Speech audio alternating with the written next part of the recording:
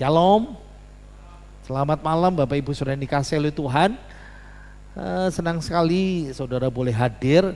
Hari ini kita melanjutkan kitab Hakim-Hakim kita, seri yang ke-21. Saya sebelum naik tadi itu coba lihat catatan. Ternyata terakhir kali kita bulan Maret saudara ya. Jadi kalau saudara sudah mulai agak-agak lupa ya dimaklumi. Masih ingat kata kunci kitab Hakim-Hakim? Kegagalan. Wah, keren sekali ya. Masih ingat semuanya ya. Kegagalan manusia untuk taat pada Tuhan di bawah teokrasi.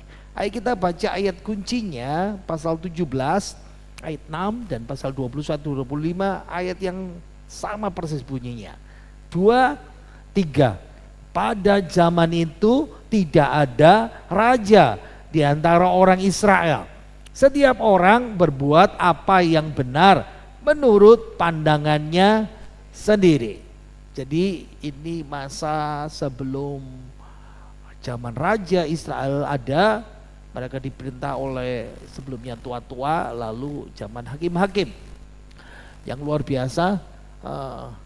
biasa hakim-hakim kita sudah belajar Otniel, Ehud, tangannya Kidal, Samgar. Ini hakim dari bangsa kafir. Lalu Deborah, wanita di situ. Ada hakim kelima Gideon. Lalu ada interval perebutan kekuasaan oleh Abimelek, anaknya Gideon. Lalu ada hakim Tola, ada hakim Yair. Ini hakim-hakim kecil. Lalu Yefta, saya kasih agen 008. Nah hari ini kita masuk di hakim yang ke-9, namanya Ebsan. Jadi saya melihat kegagalan di bawah teokrasi, ya itu kan judulnya ya, tema kita ya. Lalu kita sudah masuk di pembebasan oleh hakim-hakim, ada intro di selatan, di utara, di tengah, di timur. Sekarang kembali lagi ke bagian utara. Nah di ayat ini kita akan 3 minggu berturut-turut belajar.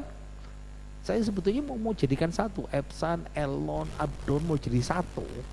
Tapi saya memikirkan pertama kali Ebsan itu bahannya sedikit sekali, tapi ternyata banyak sekali bahannya, harus dipotong-potong lagi. Nah kalau kita lihat urut-urutan ya, dalam kisah ini ada Ebsan, ada Elon, ada Abdon yang memerintah di situ. Kita sudah di Hakim-Hakim pasal 12 ya. Jadi kalau kita lihat, saya keluarkan daftar 12 hakim, ada major, 6 major judges, hakim-hakim utama, hakim besar itu ada 6. Besar itu bukan badannya besar, bukan pendeta seperti pendeta besar, jemaahnya banyak, enggak. Kisah yang ditulis itu panjang, makanya disebut hakim yang besar seperti itu ya. Lalu hakim kecil, minor, itu ada Samgar, ada Tola, ada Yair. Kita sudah belajar di situ. Nah, sesudah ini berurutan, ada Ibsan, ada Elon, ada Abdon, dan ketiganya tergolong hakim yang kecil. Ya.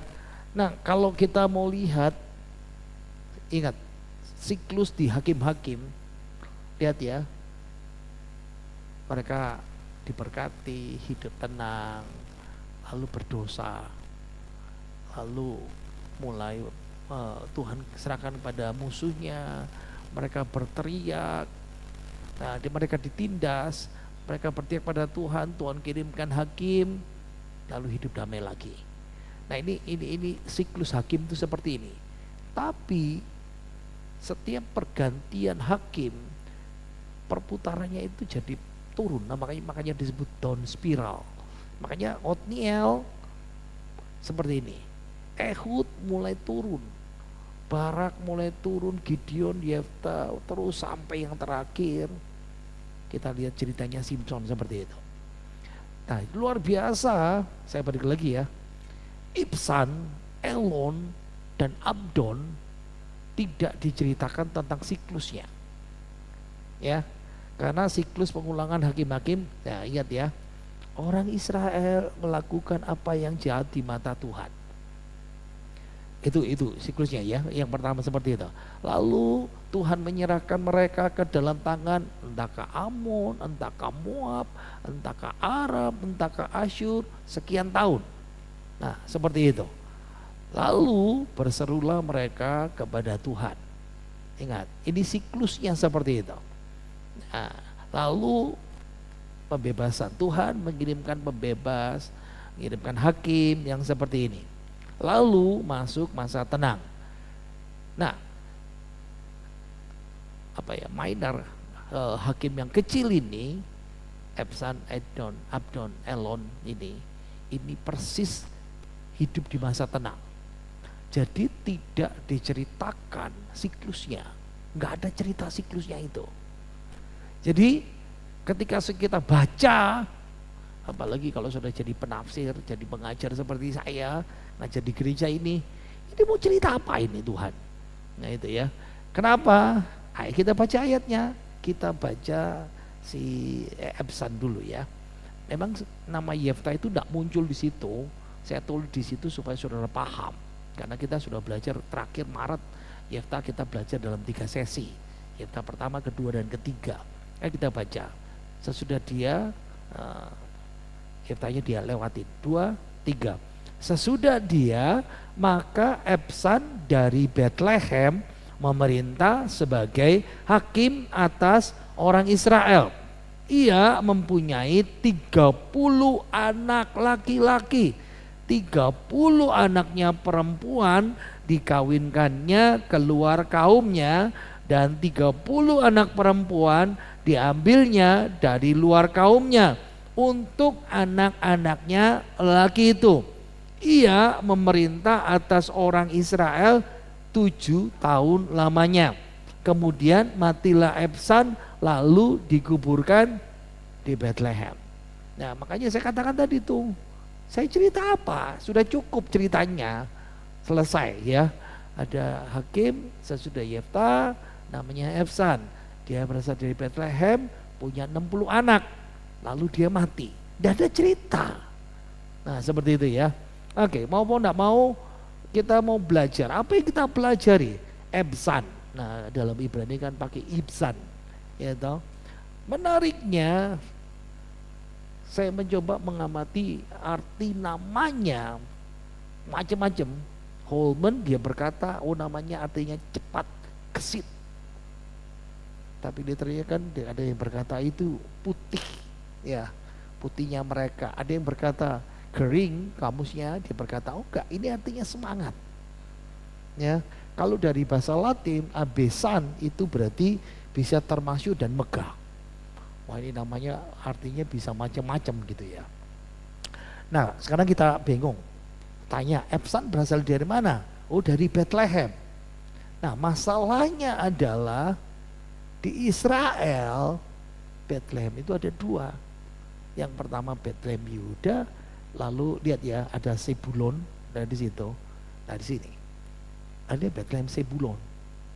Jadi harus saudara paham bahwa kalau saudara baca di Alkitab, khususnya di Perjanjian Lama, saya tidak bicara Perjanjian Baru.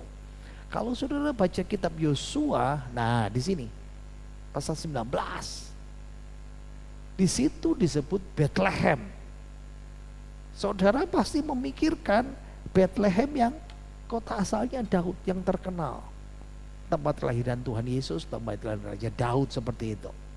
Tapi Yosua pasal 19 tidak bicara tempatnya di Yudea, Yehuda, tapi tempatnya di Sebulon. Loh, kenapa kita tahu? Karena pasal 19 itu cerita tentang kota-kota milik orang Bani suku Sebulon, berarti di utara. Nah kalau mau enggak mau kita mesti lihat ya, lihat ceritanya seperti itu. Kalau kita kota asalnya Daud, Bethlehem Yehuda itu banyak dikenal. Ayo kita mau lihat klipnya, suaranya sudah oke? Oke, kita lihat. Nah, saudara kalau membayangkan, kalau dari seperti ini zaman dulu bisa membayangkan ya kira-kira kota Bethlehem tuh. geografinya, topografinya, konturnya dia aja seperti ini ya. Nah ini itu dia, itu kota Bethlehem itu.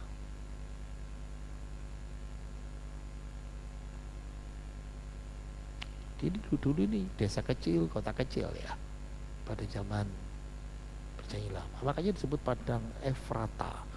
Ada banyak domba tempat di situ. Karena bayangkan kalau malaikat ya waktu datang memberitakan kelahiran Yesus. Nah, yang kita ada di situ melihat kota Bethlehem itu dari sana. Yang kita lihat Nah ini Bethlehem, kotanya raja-raja. Ingat ya, keturunan Daud, anak-anaknya jadi raja. Ya, kalau saudara bisa membayangkan, saya pernah menginap di sini 2 malam ya. Ini miliknya orang Palestina, orang Israel tidak bisa masuk di sini sekarang. Khusus, jadi kalau ada di kota Yerusalem, ada benteng, dan orang Israel harus turun, supir Israel yang mesti turun dari bis, tour guide-nya Israel mesti turun dari bis, digantikan orang Palestina, lalu masuk di situ ya. Ini namanya tepi barat. Tapi pilihan kedua ada namanya Bethlehem di Zebulon. Kalau kita lihat di catatan penaklukan daftar 12 kota Zebulon Yesus pasal 19 itu ya, wilayah Bethlehem Zebulon itu 7 mil atau 11,1 kilometer di barat daya. Nah ini barat dayanya Nazaret. Berarti kita tahu tempatnya beda. Jadi banyak perdebatan apakah di Bethlehem Yehuda atau di Bethlehem di Zebulon seperti itu. Jadi memang kalau kota Bethlehem Zebulon ya nggak banyak cerita di situ karena diceritakan di Yosua. Tapi kalau di masa sesudah Perjanjian Baru, nah, sesudah kehancuran Bait Suci kedua ya di Yerusalem, Bethlehem Zebulon itu dikenal dengan Bethlehem Soriah atau Bethlehem Tirus. Makanya di daerah sana ya. Nah, merupakan pusat. Nah, ini tempat ordo imam keluarganya Malkia. Menurut Abraham Negev, Arkeological Encyclopedia Leland, ini terkenal dengan nama Bethlehem, ya Bethlehem. Itu kalau dalam bahasa Ibrani kan Bait, Bait Lahim di Galilea Hilir. Nah kalau saudara mau tahu, nah si Michael pasti bisa ya, beberapa yang sudah pernah melihat itu ya. Kalau lihat bacanya masih dari kanan ke kiri, itu Bet itu LHM Lehem itu, lalu H itu artikelnya di situ, kata depannya seperti itu, lalu ya, hal kelilit seperti itu. Nah ini jadi mosaf. Mosaf agak berbeda dengan apa namanya yang kemarin banyak diserang itu, yang pernah saya terangkan itu. Kalau mosaf ini pemukiman pertanian yang kooperatif itu. Ini pintu masuknya, persis pintu gerbangnya, dan ingat ya, karena ini komunitas pasti ada pintu gerbangnya yang seperti itu. Nah kalau melihat Allah Tenggara dari lembah Yisrael, dari Bethlehem Galilit, nah seperti ini, memang kan pertanian yang seperti itu. Nah ini sapi-sapi merumput di antara pohon ek di Bethlehem di Galilea. Lalu orang-orang cendekiawan Kristen memunculkan jurnal-jurnal baru.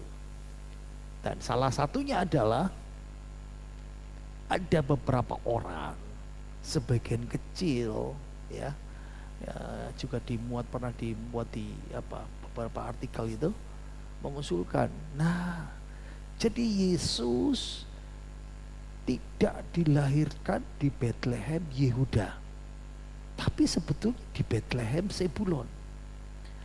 Masuk akalnya, logikanya gini, dari Nazaret Maria pergi ke barat apa tadi itu? Zebulon, Bethlehem Zebulon. Lebih masuk akal karena pindahnya dekat. Kalau saudara dengar kayak gitu, mantuk-mantuk atau bingung atau gimana jawabnya saudara ya? Kira-kira Betlehemnya di selatan yang terkenal sekarang atau yang di utara itu? Bagaimana jawabnya? Gampang. Harus Bethlehem Yehuda. Yudea. Kenapa? Alkitab bilang Mesias lahir dari suku Yehuda. Dari Kejadian. Daud sudah dapat janji Tuhan dari 2 Samuel pasal 7. Keturunanmu akan menduduki taktanya kekal selama-lamanya. Berarti Daud itu bukan dari Zebulon.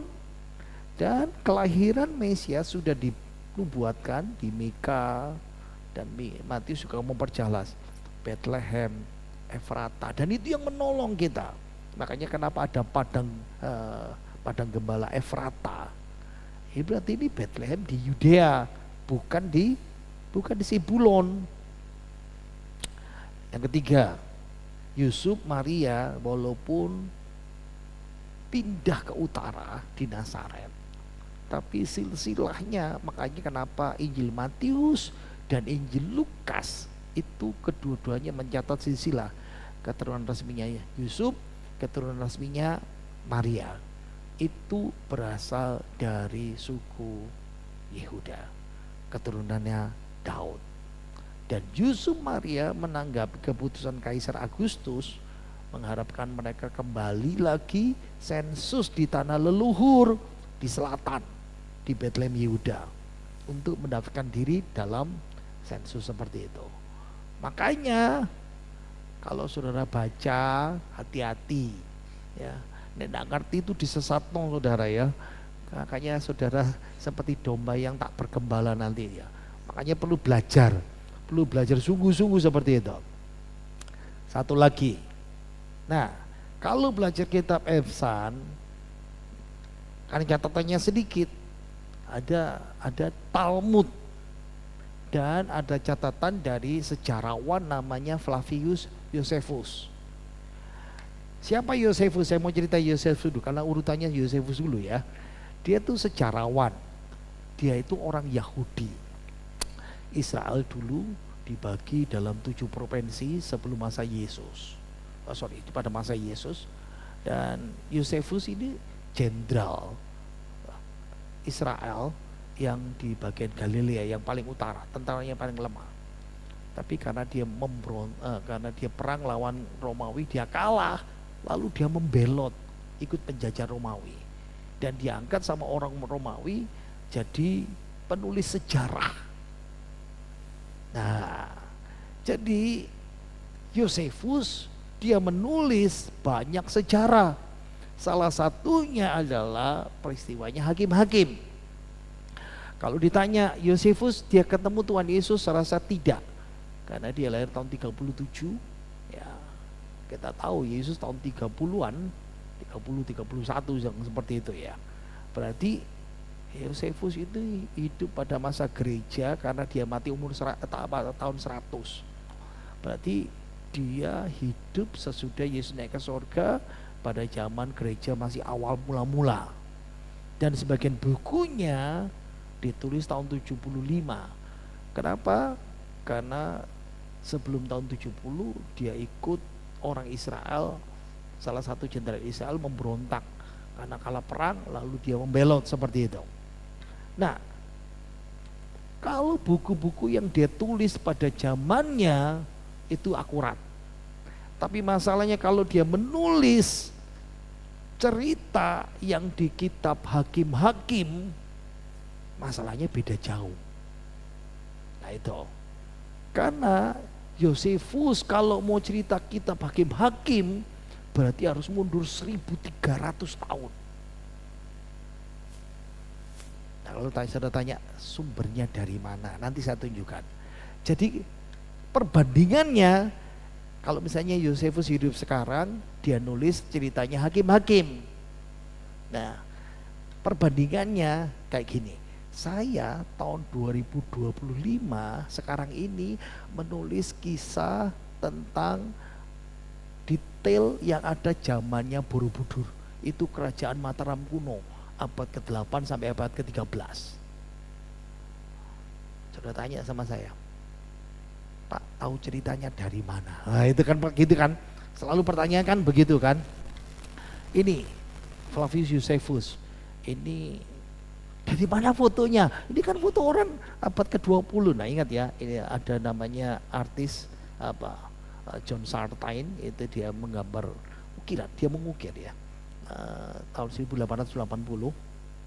Nah lihat ya, dia hidup tahun 37 Masehi sampai tahun 100. Nah, dia dokumentasikan sejarah orang Yahudi waktu diduduki Romawi.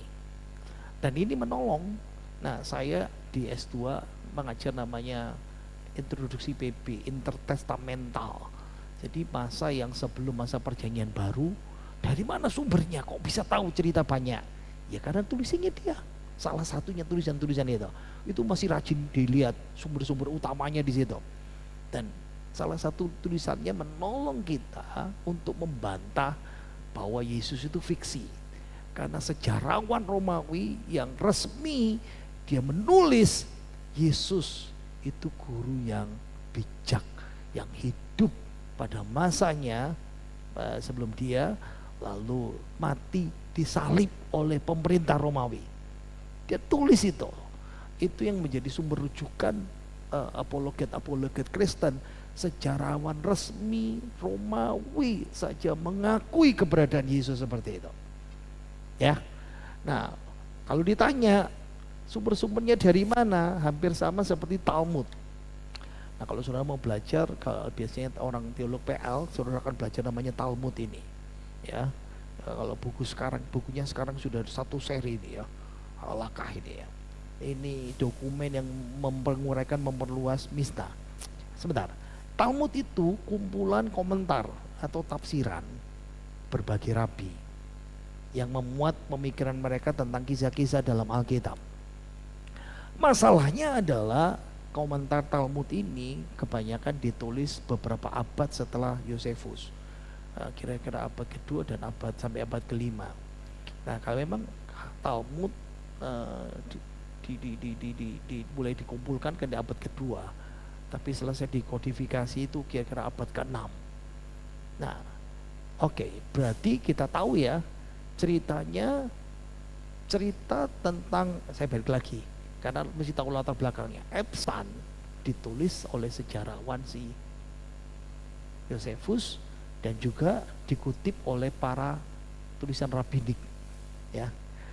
Dua dokumen ini, dua kelompok dokumen sejarawan dan rabbinik itu sepakat bahwa, nah ini yang mengagetkan, Epsan itu nama lain dari Boas. Pelan-pelan, jangan ditelan. Selesai. Biarkan saya selesaikan semuanya dulu. Ya, banyak cendekiawan Yahudi percaya bahwa Boas yang sama yang menikahi Rut itu dalam kitab Rut ternyata dia menjabat sebagai hakim Israel, namanya Epsan. Jadi Boas kan orang saleh, cocok dengan ceritanya si Epsan dalam Alkitab. Tapi saya bilang Alkitab tidak membenarkan tapi juga tidak menyangkal. Karena tidak ditulis dalam Alkitab seperti itu. Alkitab hanya bilang Boas punya hubungan keluarga sama Naomi, bertindak sebagai penebus Rut yang sudah menjanda. Rut orang Moab itu. Jadi nggak ada ditulis dalam kitab Hakim-Hakim, bahkan kitab yang lain, ya kitab Rut. Ya, kalau sudah tanya, lalu kitab Rut sama Hakim-Hakim itu gimana? Persis. Jadi Rut itu hidup pada zaman Hakim-Hakim. Ya. Kedua, Epsan, Hakim Epsan atau Ibsan sama aja ya, itu ibaratnya ya. Turun tangan pada masa kelaparan, ada banyak kelaparan. Saya masih ingat ya. Kenapa ada kelaparan? Ya karena ada penjajah. Kalau ada penjajah berarti orang Israel lari ke negara tetangga. Nah, Israel sangat butuh hakim bijaksana di masa kelaparan yang hebat itu. Dan kelaparan itu begitu parah, ceritanya si Naomi dan suaminya Elimelech, dia lari ke Moab sama putra-putranya. Dan masalahnya tidak diceritakan baik dalam kitab Hakim-Hakim, baik dalam kitab Rut, Ibsan turun tangan membantu setelah atau selama kelaparan. Tapi yang jelas dalam kitab Rut, waktu Naomi pulang, kelaparan sudah selesai, makanya mau pulang. Harus dipahami seperti itu. Nah, tulisan dua sumber ini, Yosefus dan Rabinik itu, Ibsan kehilangan semua anaknya. Wow, anaknya berapa? 60, 30 laki-laki, 30 perempuan. Coba pikirin ya, 30 laki-laki. Yakub saja anaknya 12 tambah 1 perempuan, istrinya 4. Nah, pikirkan, ini anaknya 60, berarti istrinya berapa saudara? Wah, saya pikirkan gitu saudara ya. Oke, wis, ojo berandai-andai, sudah tidak boleh. Anak Tuhan cuma istri 1 saudara ya. Paling lagi firman Tuhan. Nah, kisahnya Manoah. Siapa tuh Manoah? Papanya Simpson. Itu muncul dalam tulisannya sekilas ya, dalam tulisannya Yosefus. Di tulisannya Yosefus, Ibsan sepertinya memandang rendah Manoah. Kenapa? Karena tidak punya anak. Nah, itu ceritanya begitu. Jadi Ibsan tidak mengundang Manoah ke pesta pernikahan anak-anaknya. Dan ingat, anaknya yang kawin berapa? 60. Wah, saya membayangkan saudara ya, saudara tonggonya besok kawin, sekali datang gitu. Minggu depan kawinan lagi, saudara datang. Bulan depan datang lagi, saudara berkata, aku nang Malang gitu. Saudara, bayangkan ya, begitu banyak yang seperti itu. Oke, balik lagi. Nah, dalam budaya yang menjunjung tinggi kehormatan, berarti Ibsan itu berarti tidak menghormati Manoah. Makanya kata ceritanya si Ibsan ini kehilangan semua anaknya seperti itu. Ingat, Alkitab pun tidak pernah mengatakan apakah dua peristiwa ini terjadi atau tidak disebutkan. Kalem ya, kenapa ada cerita begini pelan-pelan? Ibsan mungkin kehilangan semua anaknya sekaligus, dan kita tahu dari Alkitab kalau Ibsan itu Boas.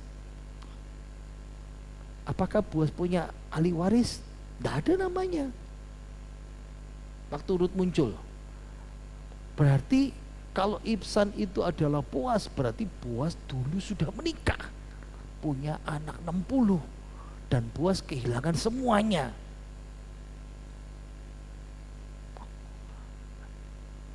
Yang keempat, Ibsan sudah tua sekali waktu ketemu Rut. Memang cerita detailnya memang Boas waktu ketemu Rut, kamu tidak cari anak muda ya. Nah, seperti itu. Menurut literatur Rabinik, Boas itu umur 80 dan Rut umur 40 tahun waktu ketemu. Nah, ini mungkin agak cocok dengan kronologi yang kita lihat dalam Alkitab. Nah, ingat ya, suami Rut meninggal setelah 10 tahun meninggal. Dan Ibsan sudah pasti tua ya. Dan menurut standar kuno, kayaknya kelamaan. Kalau Rut menikah lagi pada usia 30, apalagi 40 tadi itu kan. Kita membayangkan seperti ini. Kenapa? Budaya masa Alkitab, anak-anak perempuan itu kawin tuh umur 13, paling lama umur 15. Jadi laki-laki itu kawin umur 15 sampai 18. Itu catatannya di situ. Jadi kalau sudah sampai umur 40, wah kelewatan itu. Nah, kalau Ibsan betul-betul kehilangan semua anaknya, Rut akan punya kesempatan terakhir untuk memiliki ahli waris. Nah, menurut literatur Rabinik, Boas berjuang keras untuk kawin sama Rut. Ingat ya, karena aturan Taurat itu melarang kawin dengan orang kafir, apalagi orang Moab, sampai keturunan ke-10 tidak boleh masuk ke dalam bait Allah seperti itu. Nah, ceritanya kata literatur Rabinik itu, Boas atau Ibsan ini menjelaskan bagaimana aturan tersebut tidak berlaku karena dia sedang memenuhi uh, namanya Gaal, jadi penebus untuk meneruskan nama buat keturunannya si Manoah seperti itu. Yang kelima, nah ini ceritanya kata dua sumber ini ya. Jadi sesudah kawin malam pengantin Ibzan mati.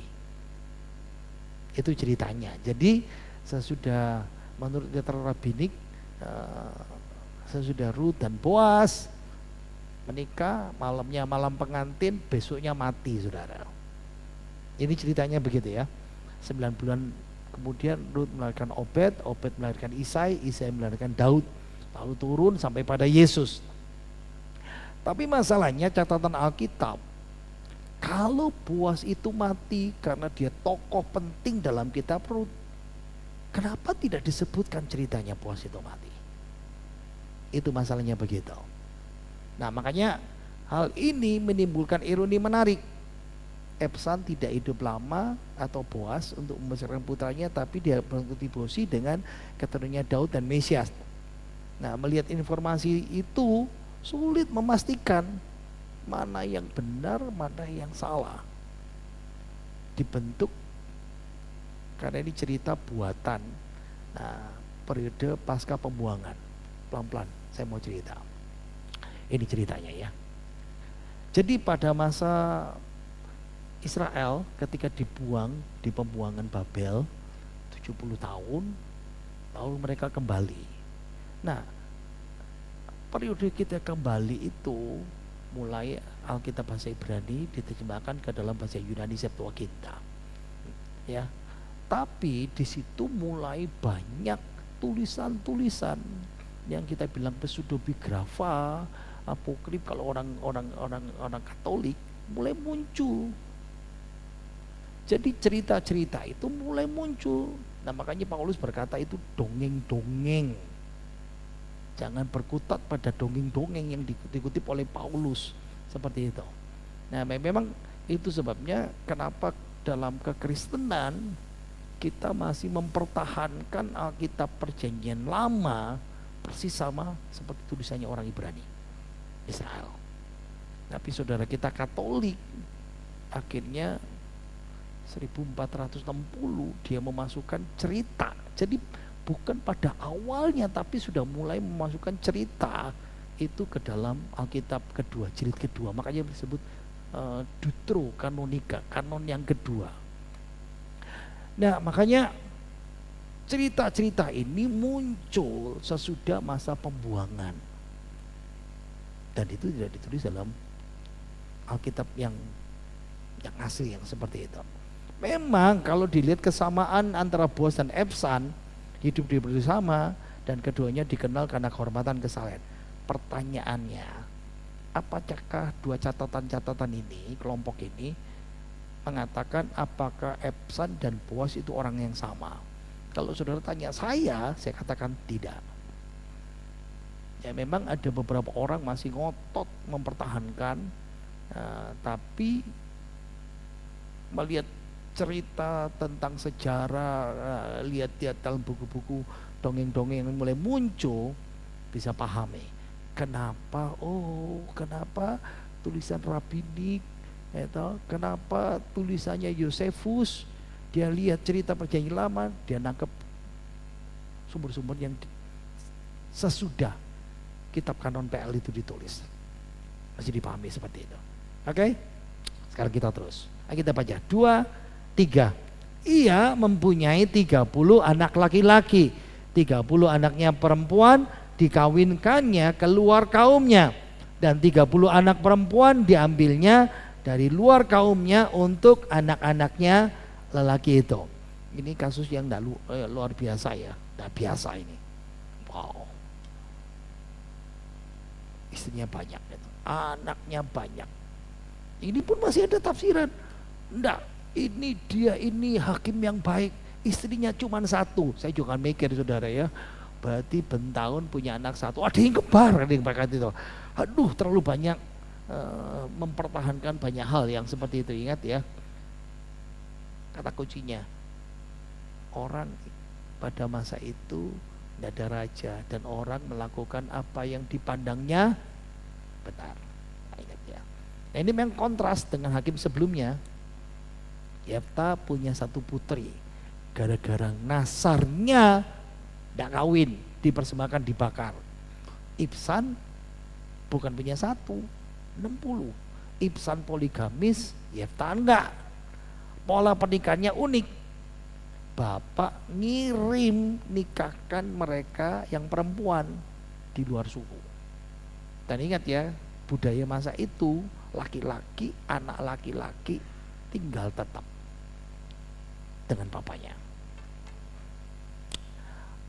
Ayat yang ke-9b dan ayat 10:2, 3. Ia memerintah atas orang Israel 7 tahun lamanya. Kemudian matilah Ibsan, lalu dikuburkan di Bethlehem. Nah, saya melihat dalam kisah ini, di sana ada masalah itu. Nah, Ibsan meninggal di akhir masa pemerintahan, pendek. Dia memerintah 7 tahun. Berarti kita sedikit paham ya, sebelum dia memerintah, dia sudah punya banyak anak. Lalu mati, dimakamkan di tempat kelahirannya. Ditanya, di mana? Saya katakan 2 pilihan itu. Entahkah di Zebulon, entahkah di Yehuda. Itu pun masih perdebatan, gampang. Nanti di surga ditanya, Bethlehem yang mana, seperti itu. Nah, tidak ada hal yang mengesankan, tidak ada cerita yang wow ya yang terjadi selama dia memerintah. Oke, sekarang kita tutup. Kalau gitu apa yang kita bisa pelajari di Ibsan ini? Saya bisa melihat yang pertama, balance. Dia hakim yang baik, dia hakim yang adil, tapi dia juga orang tua yang baik. 60 anaknya jadi berkat meneruskan namanya. Warisan keluarga melalui pernikahan mereka juga nyatukan keluarga dan suku-suku Israel. Stop. Ingat ya, pada masa itu kayak gini ya. Kalau kita mau pergi, saya mau pergi ke Sidoarjo, saya mau pergi ke Malang, saya takut. Banyak rampok, banyak pembunuhan di situ. Kalau Ibsan mengirim anak-anaknya 30 perempuan kepada suku-suku di luar, berarti dia sedang ikatan dengan suku-suku itu. Perkuatan ikatan sosial, persatuan dalam komunitas yang lebih besar.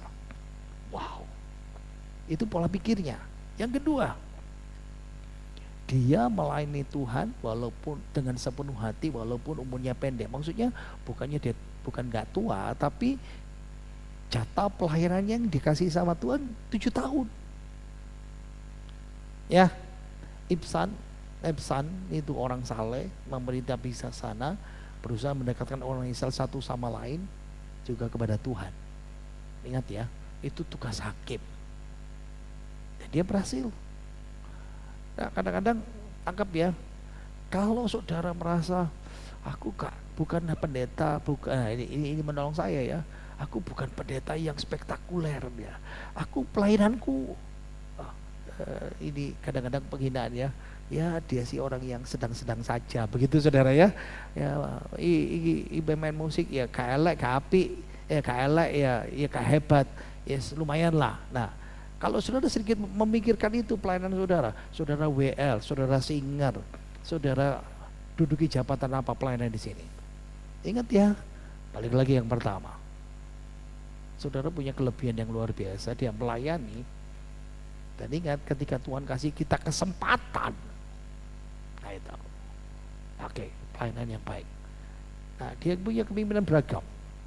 Ingat ya, walaupun singkat jabatannya sebagai hakim, tapi saya melihat ya, ada yang preman, Yefta itu preman itu saudara. Ada yang juga petani, ya. Ada yang juga orang kaya. Saya melihat Ibsan ini berarti orang kaya. Ya, ingat anaknya 60. Hal ini menunjukkan bahwa Allah bisa membangkitkan berbagai jenis pemimpin untuk mengimbangi umatnya. Jadi macam-macam ya, kenapa kita dari berbagai macam. Yang keempat, kepemimpinannya membawa berkat dan pendamaian dan stabilitas. Kenapa? Tidak ada konflik, tidak ada siklus. Berarti selama dia memerintah, Israel aman, jaya, damai, stabil, sejahtera. Dan ingat ya, pola hakim-hakim. Kalau umat menurut Tuhan, taat Tuhan, Tuhan memberkati. Itu polanya di situ.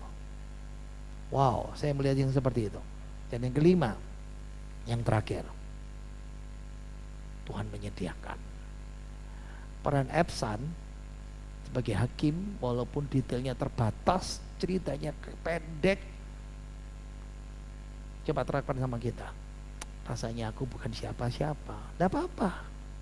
Ingat ya, membuat gagasan bahwa saudara dan saya adalah bagian kecil yang Tuhan sudah tempatkan di tempat ini.